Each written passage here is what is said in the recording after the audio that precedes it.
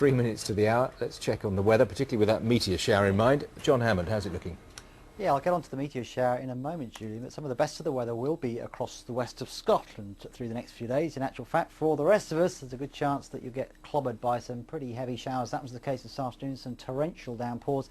Some parts of northern England, the Midlands, saw up to an inch of rain in just an hour. Now, the really heavy storms have been dwindling away, but there are a few left behind.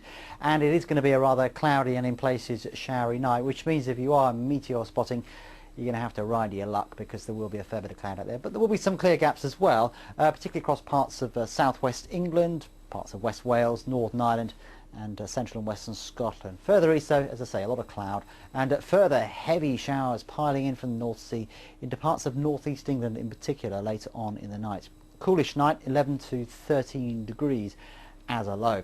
Now, Friday looks like being a pretty showery day for a number of us. It will start off wet across northeast England and stay that way for much of the day. Elsewhere, showers popping up and they will again turn quite heavy and possibly thundery. But it will not be raining everywhere. There will be some regional variation. For example, in Scotland, head west for the sunshine. As I say, looks pretty good across the west of Scotland with some sunshine and the winds shouldn't be too strong. Fine across Northern Ireland, parts of West Wales, the southwest of England as well, particularly Devon and Cornwall not doing too badly, just the odd isolated shower, but broken cloud and sunshine.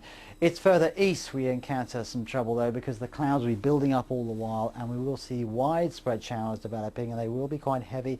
And by the afternoon some thunderstorms breaking out, certainly to the north of London, some hail mixed into. So locally some really awful weather up across parts of Lincolnshire as well. And then we run into that persistently wet, cold and windy weather across parts of northeast England in particular. There will be a strong wind blowing down from the north, gusting up to 40 or 50 miles an hour along the coastal fringe.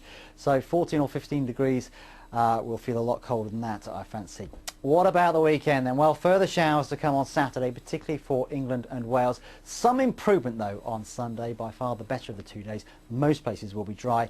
Only a brief respite though for England and Wales because the next low pressure comes in from the east, bringing further wet and windy weather here again. The best of the dry weather on Monday will be across Scotland and Northern Ireland, but cool once again. A lot of weather going on then. Keep up to date with the changes in the weather by going online or checking out the red button, page 400. I'll be back in half an hour.